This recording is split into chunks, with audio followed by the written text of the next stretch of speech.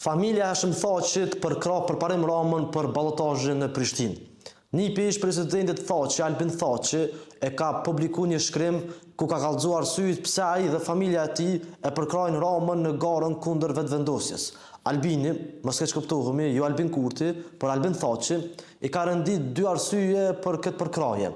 E para arsye sipas Albinit është respekti që ka treguar Rama ndaj familjes Thaçi në momentet më të vështira.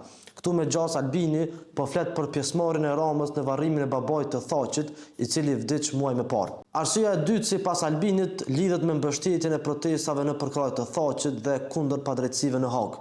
Ky është sinjali i parë i madh publik që Rama ka arritur të sigurojë përkrahjen e PDK-s në garën e ballotazhit kundër vetëvendosjes. Rama ka arritur ta marrë një përkrahje që peshon rand dorën zemër në elektoratin e PDK-s në Prishtinë, pasi Hashim Thaçi ishte themeluesi dhe drejtuesi për gati 2 dekada i PDK-s. Donë se asgjë s'ka zyrtare ende, duket se së paku një pjesë e degës së PDK-s në Prishtinë do të dalë në përkrahje Ramës kundër Harolla Çekut të vetëvendosjes.